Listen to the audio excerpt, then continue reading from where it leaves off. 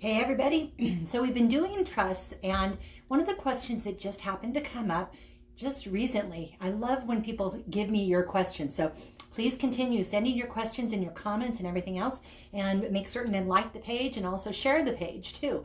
But it had to do with the trust, and what happened is this particular person had created the trust, but they never put the trust, or they never put the properties that they owned into the trust. Well, that created some kind of a dilemma when it came time to actually sell the properties from the children's standpoint, because of the fact that it hadn't gone into the trust, then it wasn't necessarily considered part of the trust. Well, the attorney did some finagling and actually got it incorporated into the trust, but it was an extra step and it actually took extra time and it was an extra expense.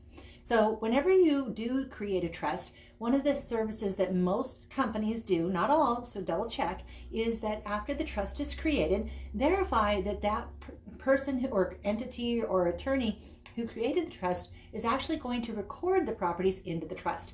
Now, the other reason that that came up is because in this situation, the properties were all in California, but I had another situation where the properties were actually out of state. So the attorney was able to create all of the properties in California into the trust, but then he was not able to do outside of the trust, which meant that they had to go to the local area and put those properties in the trust. So that's important. Second thing to note also is that if you refinance your properties, oftentimes the banks want the properties removed from the trust to refinance them, which means that you have to take a second step and go back and put them in. Now, some people think, well, okay, that's something that the title company will do. Truth of the matter is no, they don't. So what you'll want to make certain of is that if you ever have refinanced, or if you are going to refinance, that you find out exactly what the protocol will be to make certain those properties go back into the trust, because that's a big thing. And then the last thing, the third thing, which happens to be a really big thing that people don't always think about, is that if you have your properties in a trust, understand that the trust holds the property, not you.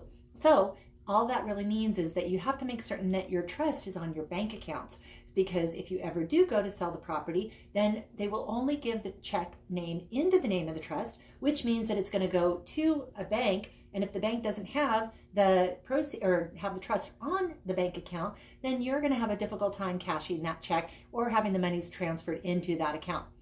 Three little things, but three big things when it comes to real estate. So again, I appreciate your comments. I appreciate your questions. This is all about you and all about sharing.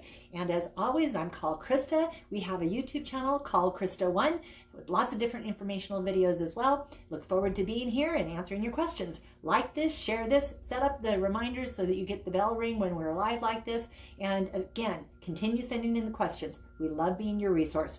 Have an amazingly blessed day. Bye.